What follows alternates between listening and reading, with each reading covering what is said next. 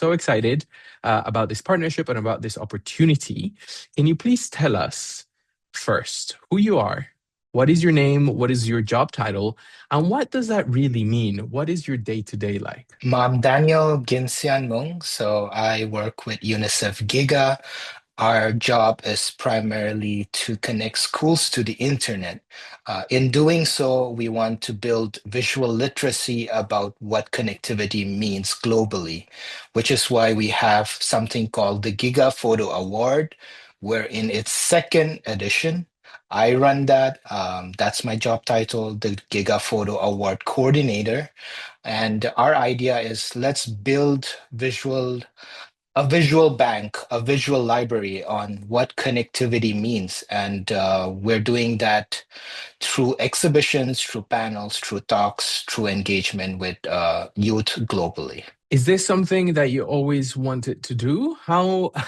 How did you find yourself in this position at UNICEF Giga, but also thinking about connectivity and a way almost of capturing and immortalizing what connectivity means, which of course, as this project grows and evolves and over years, connectivity will look differently, presumably, right? At different times of human existence. So is it something that as a kid you were always thinking about connectivity and education, or is this something that at kind of the career path revealed itself to you, so to speak? Yeah, connectivity, honestly, I'm from the northeastern part of India. So for me, we were always in a region which was lesser connected than other parts of the world. So for me, connectivity was always important. That's how I found education. That's how I learned the craft of visual storytelling. I went to the US for my education. I did journalism, and I've been always associated with visual storytelling, whether with youth, whether with journalists in the US, in Asia. And finally, I'm here working with Giga, UNICEF, really trying to push the mandate of what connectivity does when it presents itself to youth. So it gives you information, it gives you opportunity, it gives people choices. We're on our second edition, and this year, the title of the edition is called The Urgency of Connectivity. And we know what's happening in the world right now. And we also know how important connectivity is amidst all the things that are happening today. What can attendees expect to see, hear, and learn about at EduFest with this Giga exhibition? So, in terms of the EduFest exhibition, we have stories from globally on what connectivity means to young photographers, whether it is, connectivity during a protest, and we see how connectivity has been instrumental in pushing a lot of social change, whether it is stories about, reproductive rights and how connectivity actually helps, whether it's migration. We know that the world is on the move. We see how connectivity matters to people on the move. So people, students will be able to witness these stories in a form of photo exhibit during the EduFest. As you know, EduFest brings together educators, thinkers, professionals from different disciplines and domains together for a day of debate and hopefully inspiration, even sometimes disagreement as well. If someone that comes to EduFest really enjoys the exhibition and wants to get in touch or wants to get involved, what can they do? So they can reach out to us. We work closely with all relevant stakeholders. We work closely with private actors. We work with the government. Our idea is we are as inclusive as possible when we work with connectivity, which is also why we have this photo exhibit and the whole photo engagement, right? So that we are able to influence youth participation as well as have foundations, have private citizens be able to support this initiative. And you, as an individual, Daniel, as the coordinator of this very interesting movement, what do you do when you're not thinking about the third edition or the fourth edition or getting everything together for your awards in a couple of days' time and also EduFest?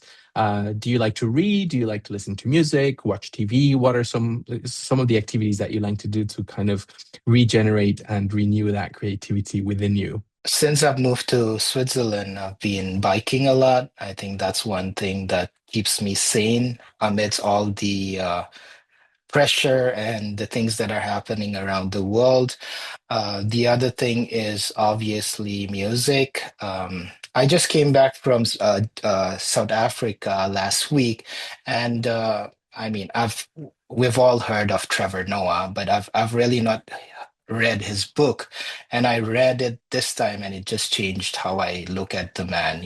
So I think reading, understanding different cultures, those are things that have been keeping me going. And we've talked a lot about connectivity, but it also makes me wonder. I love syntax and I love semantics, and really like, as we were talking, thinking about the similarities, but also differences between connectivity and connection, right? Of course, they are intertwined, but I think from what you tell me about the project and the exhibition, I hope that a lot of people will also find a renewed sense and longing for connection, which I think goes without saying is part of what makes us human, and it's part of what helps us also to understand ourselves better in order to also understand others better. What do you think, coming from such a diverse cultural background as your own, having studied in the US, working now in Switzerland, traveling to South Africa and other places, what would you say to someone that says, well, connectivity, yes, it's a worthwhile ambition and goal, but also runs the risk of diluting or weakening cultures or traditions? How do you see that balance playing off? Connectivity, like any other, I think aspects of our day-to-day living, has its pros and cons, and I think it comes without saying.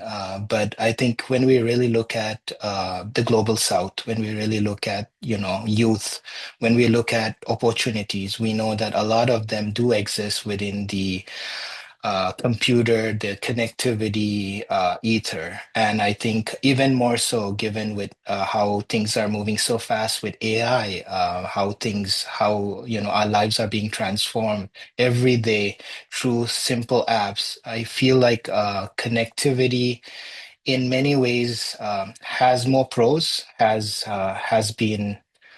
been more beneficial to a lot of youth in particular, especially in terms of opportunities. So I myself being one of them, right? I think it's such an important and sometimes undervalued tool. I myself am from Colombia, and one of my great aunts was a primary school teacher in a very impoverished part of the country where children didn't have access to technology.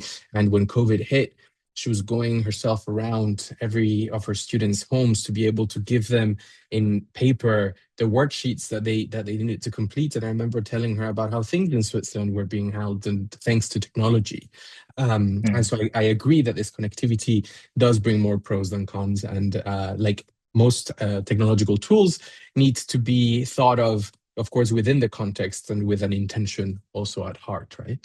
Um, Right. Last question before we go. Is there anything else that you would like to share with the audience that is coming to EduFest in 2 weeks' time? An invitation maybe to discover the exhibition, to come and talk to you, to come and talk to the speaker that you'll be bringing as well. Anything that you'd like to share? We will be having the second edition award ceremony on the 10th of June at MRH in Geneva, the Museum of Arts and History. We would love for whoever's interested in the arts, in storytelling, to be part of that, and as well as the outdoor exhibition, which starts from the 25th of June, running up until the 2nd of August, just next to MRH, Saint Antoine Promenade.